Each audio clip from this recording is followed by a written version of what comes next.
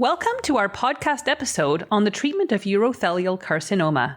In this episode, we will be discussing updated results of the Phase 3 EV-301 trial presented at ASCO 2022 that examined the efficacy and safety of Enfortumab Vedotin, or EV, versus chemotherapy in patients with previously treated locally advanced or metastatic urothelial carcinoma. I am your host, Anna Christofides. Our guest for this episode is Dr. Nimira Alimohamed, medical oncologist and clinical associate professor of medicine at the University of Calgary and medical oncologist at the Tom Baker Cancer Centre in Calgary, Alberta. Hope you enjoy it.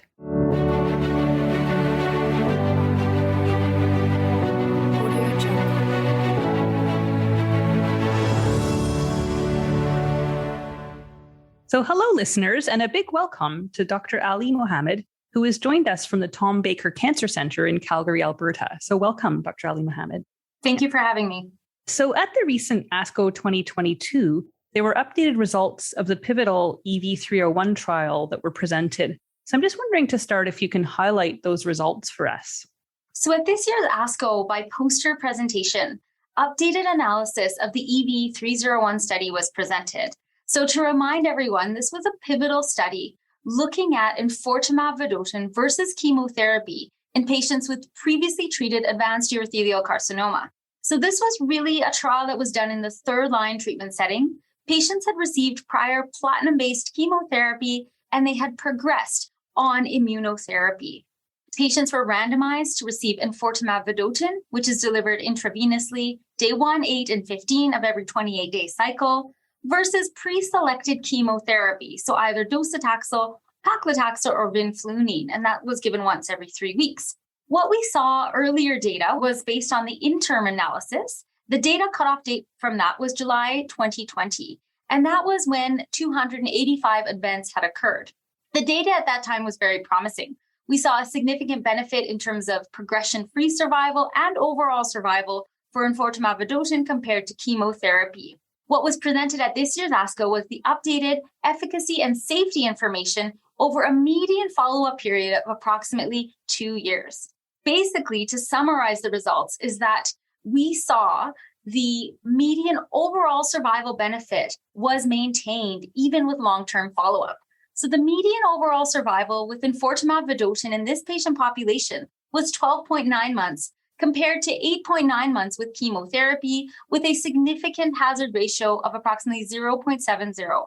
Progression-free survival, similarly, was also maintained. That benefit was maintained. Median progression-free survival was 5.6 months with EV, compared to 3.7 months with chemotherapy, and that's nearly identical to what we saw after the interim analysis. Looking at the subgroup analysis, the benefit of EV was observed in the majority of pre-specified subgroups. There were no big changes there. And most importantly, safety was also basically the same from what we saw after the interim analysis. The findings were consistent. There were no new safety signals observed with long-term follow-up in this patient population in this study. So the authors concluded that we saw continued survival benefit of EV versus chemotherapy, a sustained magnitude of benefit, and safety and tolerability that was also maintained. That's great. Thank you so much for summarizing those for us. And, how might these results of the EV-301 trial really influence Canadian clinical practice for these patients? Anna, we've been fortunate here in Canada in that we've had access through special access programs to EV since Health Canada approval. Many of us have been able to access this option for our patients based on the results that were presented after the interim analysis. So this updated data solidifies our use of this agent. It gives us more confidence when we talk to our, funding agencies and our provincial authorities. And I think it also gives patients more comfort, more knowledge, and more experience knowing that we've been using these medications. We know how to manage some of the finer details, and we'll talk about that in a minute. Yeah, that's a nice segue to the next question. I was going to ask you about your own clinical experience in using EV after platinum and anti-PD-L1 therapy. If you could talk a little bit about that, that'd be great. So I have to say that each patient that I've used EV in has been unique. So Each patient will come in with baseline performance status and toxicities and volume of disease that will impact how they feel and how we can treat them with EV and all of the other supportive things that we might need. For example, I have a patient who was very well with minimal toxicities and has been on EV now for 6 months without any additional concerns or issues that have developed in the interim. So his volume of disease is low. He is marching right along. So he gets his treatment every week. We do blood work every week. It's 3 weeks on, 1 week off. And he is continuing to respond and his quality of life is very good. We haven't had to dose adjust in him. I have another patient, who had progressed fairly quickly after PD-L1 immunotherapy, and she has a huge burden of disease and pre-existing neuropathy that was minimal. So with EV for her, we've had to take dose reductions. We've had to take breaks. We've had to give her treatment breaks to allow her fatigue to improve. We are at a lower dose for her. Her disease continues to respond, but again, we're treading more carefully in that case. So I have a range of patients and each patient is unique. And as we treat more patients with this medication, we're able to dose adjust. We're having more confidence in that. We're able to, treat the neuropathy better as we get more experience. We're able to decide easier and quicker, when does this patient need a break to help to mitigate some of these side effects that will be occurring, knowing that some of these patients will be alive a long time. So we're trying to preserve their quality of life as well as their quantity of life. That's great. And it's great that you're learning as you go and improving, the unique treatment for each patient. So just thinking more about EV and other studies that we could discuss, what other ongoing studies are there looking at this therapy that you find interesting, and what could be their potential impact on future treatment? That's a great question, Anna. We currently are enrolling patients on the EV-302 study, which is in the first line. So patients with metastatic or locally advanced urothelial carcinoma who have not received any prior systemic therapy for their metastatic disease. And we're looking at the combination of EV plus pembro versus standard chemotherapy in this setting. Based on early phase results, this combination looks very exciting. And we are all eagerly anticipating the results of this study, as I do think it may change practice and it may influence a lot of what we do. For example, if we use EV plus pembro first, then do we go on to chemotherapy and what are the outcomes from that? And I think it will lead to many more questions that we'll have to answer in the future. So that's number one.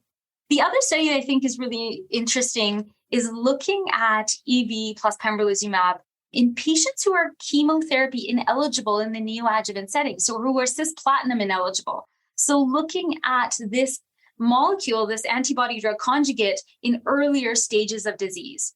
So I think as we answer those questions, many more questions will come up, but we're looking forward to these advancements. That's wonderful. And thanks again for such a wonderful synopsis of these ongoing trials. I'm just wondering, how might the availability of therapies such as EV impact patients who have this disease? From what I've seen in my own clinical practice is that the impact has been huge. We have patients who prior to 5 years ago were treated with platinum-based chemotherapy, and then we did not have great options with the proven survival benefit. Then came along pembrolizumab, which showed a benefit in the second line setting. And we also have maintenance of avelumab now. And we all now have Enfortumab Vedotin in the third line setting, so post-immunotherapy. This means patients are living longer. And it'll also mean that they'll be around to experience the benefit of other new developments that might be coming down the road.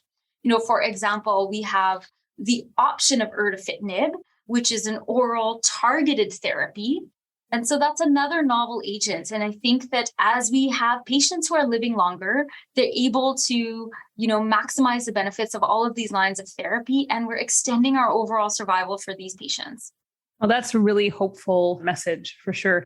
And so thinking into the future, what do you see as really the key unmet needs for these patients? Anna, that's another really great question. I think there's two that I want to highlight. One is precision oncology. So we know that ideally we should be doing molecular testing, so checking all our advanced urothelial carcinoma patients for FGFR mutations, because we have an option if they do have a pre-specified mutation or fusion. we don't have, universal access to the testing, and it's quite expensive if patients want to pay for it. And I think as we move into the future, we need to think about how do we get the best treatment at the best time for that patient. So we need to think about that more as how do we increase the accessibility for this testing to patients. And then the second area that I hope we make some impact on in the near future is variant histologies.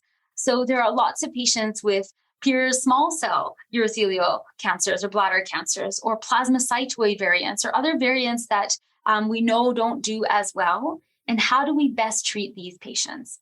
Those are some great points. And so is there anything else you want to add about what are some concrete next steps for improving the outcomes for these patients?